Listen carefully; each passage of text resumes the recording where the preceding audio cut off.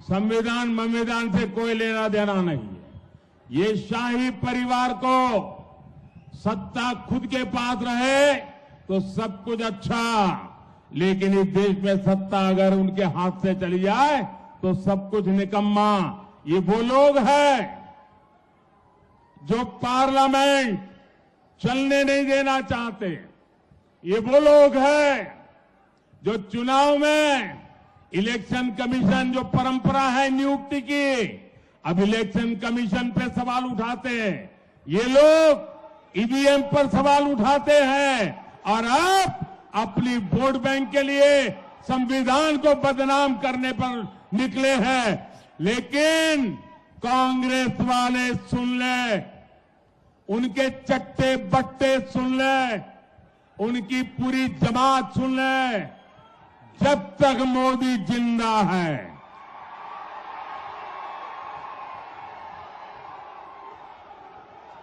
जब तक मोदी जिंदा है, मैं संविधान का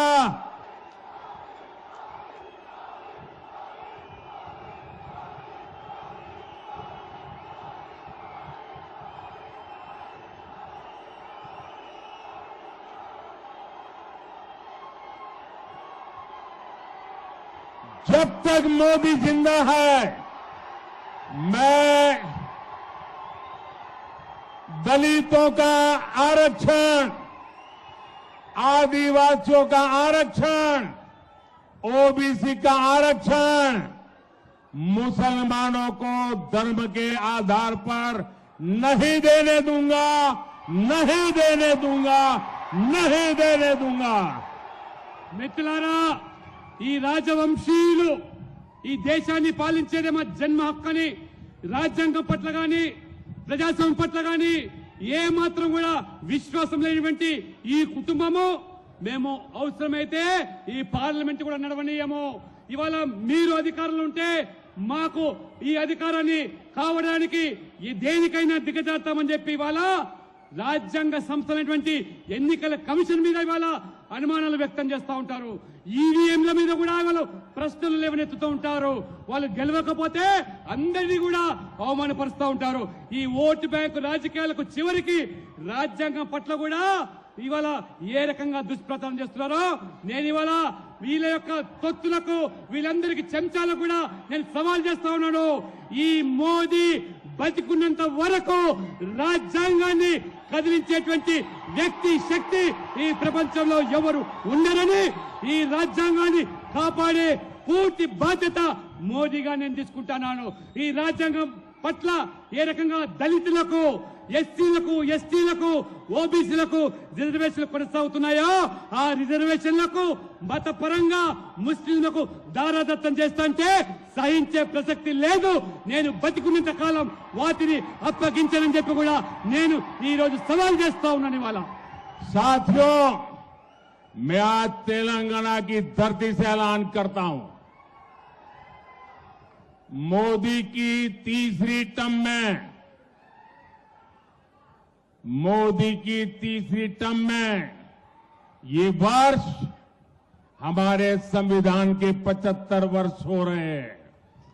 मैं इतने शान से संविधान का 75वां वर्ष मनाऊंगा और गली गली में जाकर के इनके पापों को खुला करके छोड़ूंगा। अब तो हर घर तक जाऊंगा, उन्होंने संविधान के साथ कैसा खिलवाड़ किया है। ये मेरी तीसरी टर्म में संविधान के 75 वर्ष बड़ी शान से मनाऊंगा, गाजे बाजे के साथ मनाऊंगा और इनके पापों को देश की गली गली में पहुंचा दूंगा।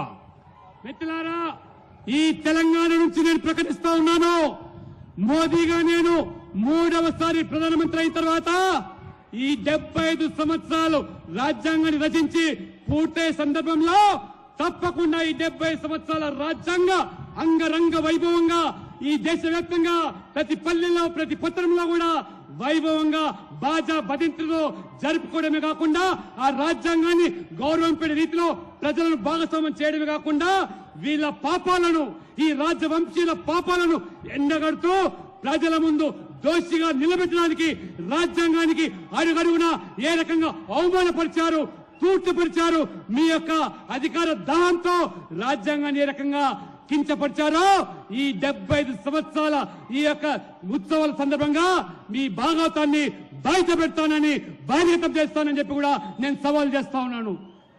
साथियों, ये लोग लोकतंत्र की एक भी बात मानने को तैयार नहीं।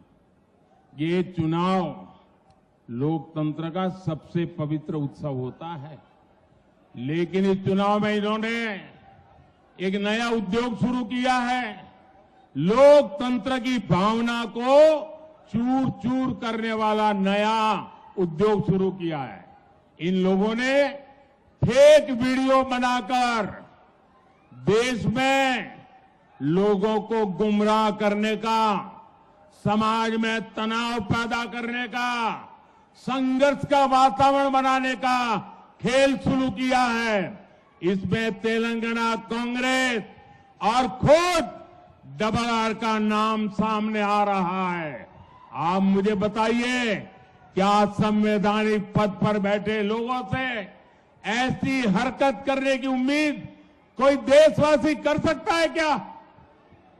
మిత్రులారా, ఈ ప్రజాస్వామ్యంలో భాగంగా ఒక ఎన్నికల ప్రక్రియ, ఆ ఎన్నికల ప్రక్రియ ఒక పండుగ వాతావరణంలాగా ప్రజాస్వామ్యాన్ని జరుపుకునేటువంటి మన హక్కు, ప్రజాస్వామ్యం ఇచ్చినటువంటి మనకు స్వేచ్ఛ.